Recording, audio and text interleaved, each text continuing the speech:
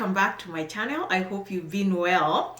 Today I want to talk about tips for finding work before you arrive in Canada and immediately after you arrive in Canada as a permanent resident. So this is for people who are work ready, okay? I know there are people who don't come here work ready. Those are people who first need to figure out their work permit because you are either a PR or a citizen or you have a work permit, okay? So assuming you have that work permit or you have your permanent residence, then this video is for you. The people who are not work ready, they can still have these tips, but then of course it's gonna take them some time before they can get that work permit. Okay, so let us see, what do you need to do before you arrive? We know that finding work in Canada is not easy at all, especially if you're doing so before you arrive here.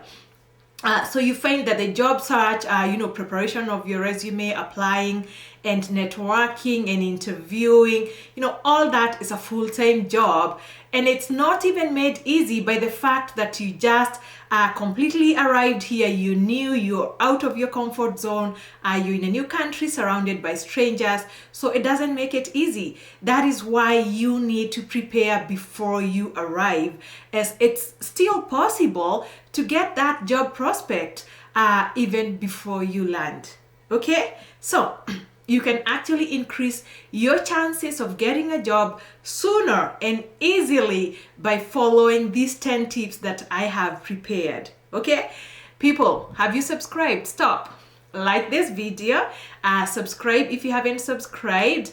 And share it with a friend, because we are always, especially for dreamers who are dreaming about coming to this country, these are really good tips, tried and tested. I've done a lot of these, and the ones that I haven't done, I know people who have excelled and they did the same. Okay, so this is real life experience. Okay, all right, number one, get a Canadian style, Canadian standard style resume and cover letter. Okay, I know we've said this so many times, but different countries have different resume styles. Canada has got its own standard style. Make sure you're getting the Canadian standard resume. And this resume, it should not be more than 2 pages. I know people, you've achieved a lot, but make sure that your resume is not over 2 pages. It should only have the most relevant and latest recent work experience, not going beyond 10 years. I know you've worked, all those places you worked, show work experience in the last 10 years, which is very relevant and most recent. Okay? Things to avoid in that resume: avoid your hobbies, okay? Avoid personal information, your gender, your age, your marital status. Please avoid putting those there. You should not let people discriminate you based on those things. And everybody is actually protected under the Canadian Charter of Rights. So those are things that you don't need to share with any employer. Okay, so marital status and gender, and just capture your skills and your relevant work experience and how actually this job is the job for you. For the cover letter also, make it very clear. 1 page is enough for a cover letter. Clear and concise, and it should be selling you in a minute. Okay, I know I have seen people send resumes and cover letters. Please, people, put in effort, do something good. Okay, something that I'll also tell you about a resume. Okay, make sure, don't just use one resume for all the jobs you're looking for. Okay, make sure your resume resonates with that job that you're looking for. So look at the duties advertised in the job and align your resume with it. I'm not saying you lie, but make sure that you have, words, You have words and roles that are actually in the job that is advertised, and they're captured in your resume, because especially they look at what you've been doing. How does it relate with this resume? I know you may have that general resume, but don't apply for a Canadian job with a general resume. Make sure every resume is suited for that specific job. Okay, all right. If you need help with that, I can share a few more tips, personal tips. Please send me an email and book a consultation on that. Okay, anyway, number 2, refine your LinkedIn account. If you're a professional, please make sure you have a LinkedIn account. Refine it. Make sure it's professional. It looks very professional. It represents a good image of you. It represents your skill set, your education. Make sure you're using very good grammar there. Make it very clear and good to look at. Okay? One thing I may tell you, if you've already made your departure public in your country, you may refine your LinkedIn account, not your resume. You may refine your LinkedIn account and maybe add the Canadian city. Just don't put lies there like you're already in Canada, but you may have it portray that you're maybe in Calgary, because you're gonna soon be in Calgary. Okay, you already have your PR ready. You're immigrating here, so you may change things like your city, because employers are going to be looking for people within a certain locality. Okay, number 3, join a professional immigrant network. Yes, before you arrive here, these are things you do before you arrive. So you find that most of the Canadian jobs are acquired through networks. Believe you me. Yes, it's not corruption. So you can establish these networks even before you arrive in Canada. Look for online local groups in the city of your destination. Always, the most important thing you need to do when you're considering a job, know which city you're coming to. Identify that you're coming to Calgary, so that then you can focus all your energy to Calgary or to Edmonton or to Toronto. Whichever city you're coming to, make sure you're focusing on that city. Okay, when you're focused, you achieve better than when your search is everywhere. You can't be searching in Vancouver, Calgary, and Toronto. No, make sure you refine your search. Be very clear. Target as a particular place, and especially that place that is your local destination, your final destination in Canada. Okay. So you will find that these local groups that I'm talking about, these professional groups, some of them are formed by employers and others actually are formed by professionals in your field. So get the one that is relevant to your occupation, and you're going to find that different cities have different professional associations. So search and join an association within your professional immigrant networks, because that is where you get to share, you get to learn, you get to leverage your skills and make very strong connections. Because as I said, most jobs here are, they are acquired by connections, by networks. At times it's who you know. Okay, number 4, find a mentoring program. You can get a mentoring program before you arrive here or even after you arrive here. So research different mentorship programs in or around your city of your destination and become a mentee. Look for someone to mentor you in your professional field. Okay. Number 5, which is very, very, very, very important, my people, find what Canadian accreditations you will require to practice in Canada. You find that, I know you did your accreditation, your education credential assessments to come here, but that is not enough. Okay, always make sure you know what your job requires. Does it require extra training? Does it require extra accreditation here in Canada? Does it require licensing? If you need all those, please start getting those while you're still in your home country, because you can do that when you're abroad. Register in your, again, you know the city you're coming to, you know the province, so make sure you're registering within the province of your destination. So if you're coming here as a nurse, identify you're coming to Alberta, make sure then that you start start looking at your licensing the moment you get your PR. Okay. All right. If you need to know the extra credentials which are needed for you to practice, you may look at this organization called CICIC. And CICIC is CICIC. CICIC, Canadian Information Center for International Credentials. They're going to help you determine which credentials you actually need to practice your occupation in Canada. Okay, fine. Like this video. Have you subscribed? Please do subscribe. Number 6, register for a pre-arrival government program. This is so important, my people. So the government of Canada does actually offer a lot of new immigrant resource programs. And these programs, most of them are going to be geared towards helping you find a job faster when you're in Canada. So join those pre-arrival programs. They are there, they are online. Please make sure you register them. And you find that the good thing about that is that these organizations are going to help with the navigation of the Canadian job market. And they are going to be different programs, different resources in different cities. So again, Canada is so wide, Canada is vast. Make sure that you look at those in your city of your destination. Once you arrive, when you arrive here, some of the other things that you need to do immediately that you can do, you may consider, is consider doing volunteer work. You find that every Canadian employer, they don't care. They're always asking you about Canadian experience. And this Canadian experience, it's not even about the work that you've done here. It's just how well you understand the Canadian culture.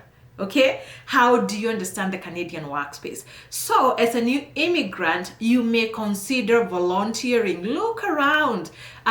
People like free labor. Okay, so look around, search places where you can volunteer. Don't just volunteer for the sake of volunteering. Volunteer in organizations that align with what you're looking for. Okay, of course, where you think those organizations that you really like to work at. You can also volunteer in immigrant resource organizations. Okay, why do you need to volunteer?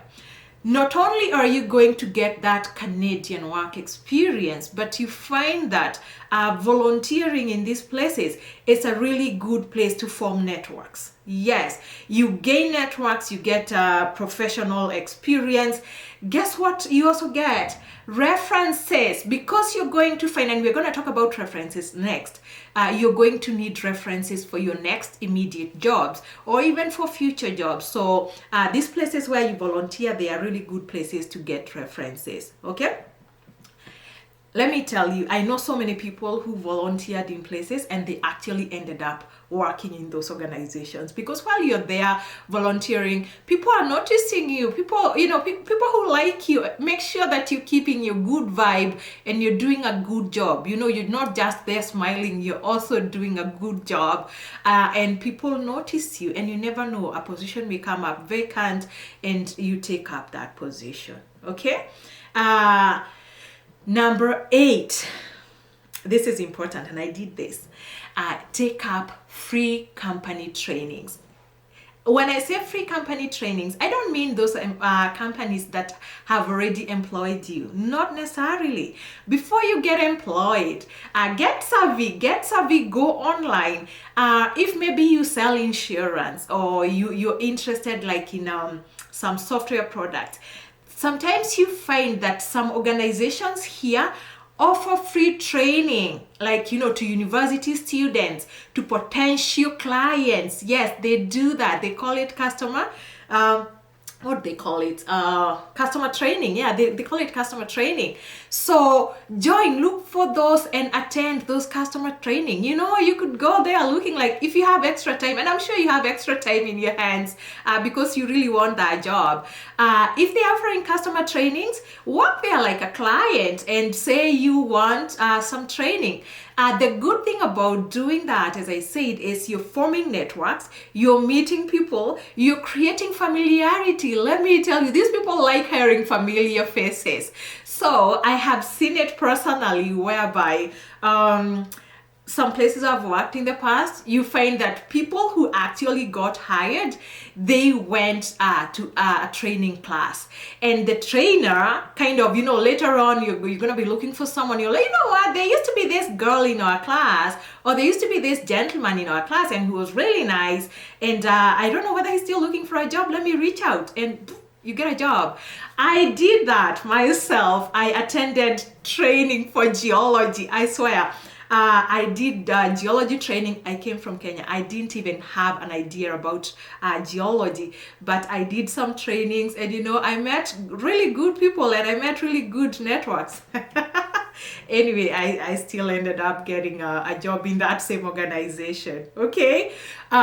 Number 9, vital references. You're going to find that every employer in this country, they are going to ask you for references. And these are not the references that you pen at the end of your resume. I actually don't recommend that people have those references at the end of your resume.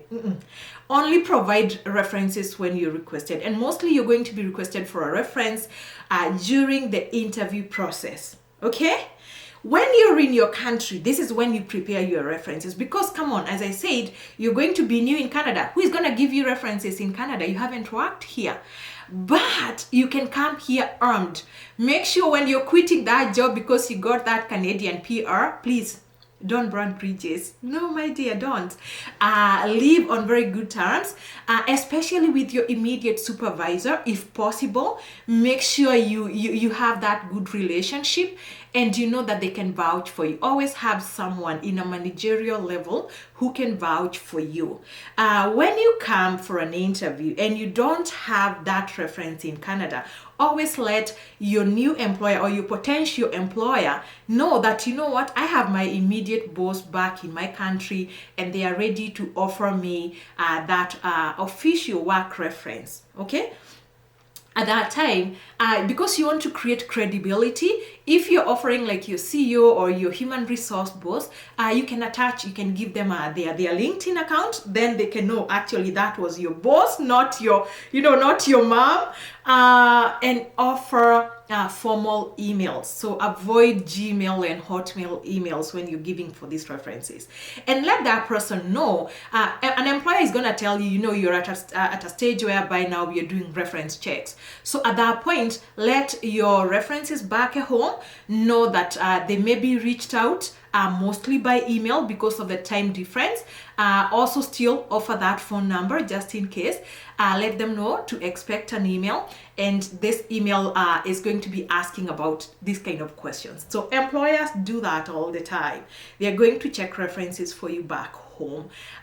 Make sure the person you're giving can really vouch for you, because they're going to be asking you, why would you hire this person back? Why did you let her go or him go? What were their strengths? What were their weaknesses? Stuff like that. So make sure that the person who is back there really knows the kind of answers to give, because they want to sell you. They want to make you get that job. Okay? That is number 9. Number 10. Know your value, my dear. You are a new immigrant, yes, but know your value. When you're looking for a job, some jobs don't necessarily post the wage or the salary. Okay, so go online and check how much that kind of a job gets paid here in this country. So when you go for an interview and they ask you for your expected salary, you give a range. You know the kind of a range you are going to provide. Okay, do your research.